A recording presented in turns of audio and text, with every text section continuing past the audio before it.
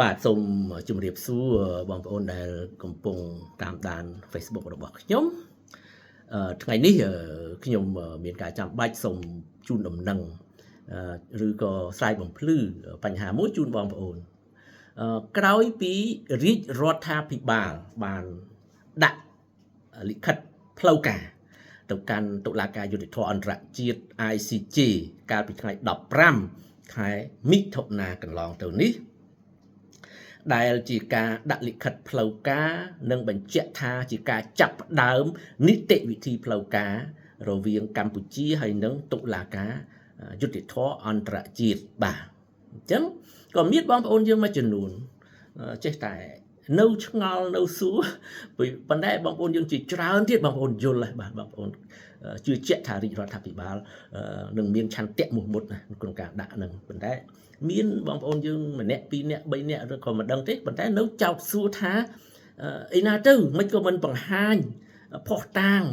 ប្រកាន់ដៃឬក៏យកទៅហុចនឹងមិនក៏មិនថតរូបបង្ហោះដើម្បីជាផុសតាងបងប្អូនសូមបញ្ជាក់អញ្ចេះណាតើយល់អំពីនីតិវិធីរបស់តុលាការយុត្តិធម៌អន្តរជាតិបាទរាល់ដំណើរការនីតិវិធីនឹងគឺជាការសម្ងាត់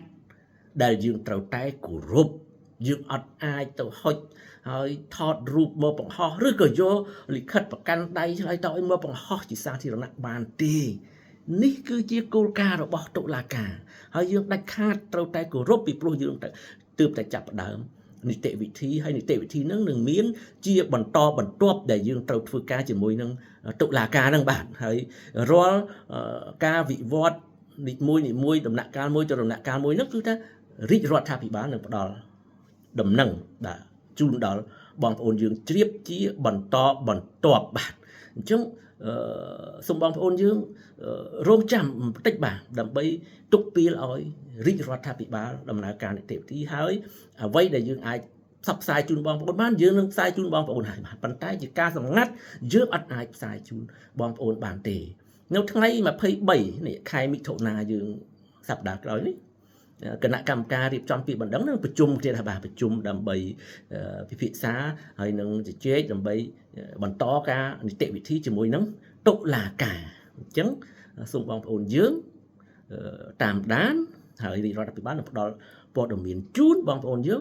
ពីដំណាក់កាលមួយទៅដំណាក់កាលមួយឲ្យបានជ្រាបបាទពីព្រោះនេះជារឿងជាតិទាំងអស់គ្នារឿងបូរណភាពទឹកដីបាទមិនមានការលាក់លៀមទេ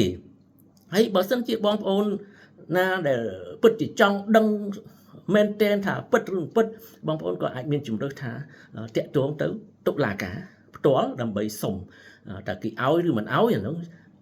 ខ្ញុំក៏អត់ដឹងដែរប៉ុន្តែបងប្អូនអាចសាកល្បងមើលណាបាទដើម្បីឲ្យអស់ចិត្តបាទជាចុងក្រោយខ្ញុំសូមបញ្ជាក់ជូនបងប្អូនជាថ្មីម្ដងទៀតថាសម្ដេចធិបតីនាយករដ្ឋមន្ត្រីក៏ដូចជាសម្ដេចតេជោប្រធានព្រឹទ្ធសភាលោកពិតជាមានឆន្ទៈមោះមុតអត់ត្រឡប់ថយក្រោយទេបាទក្នុងការលើកយករឿងហ្នឹងទៅតុលាការយុត្តិធម៌អន្តរជាតិពីព្រោះយើងដោះស្រាយទ្វេភាគីនឹងវាអស់ចិត្តហើយយើងអត់ចង់មានទំនាស់នឹងកើតមានអូសបន្លាយតទៅទៀតសម្រាប់កូនចៅជំនាន់ក្រោយអញ្ចឹងហើយបានជាយើងសុខចិត្តយករឿងហ្នឹងទៅតុលាការអញ្ចឹងសូមបងប្អូនយើងស្ងប់ចិត្តហើយចាំព័ត៌មានដែលរាជរដ្ឋាភិបាលនឹងផ្ដល់ជូនជាបន្តបាទសូមអរគុណ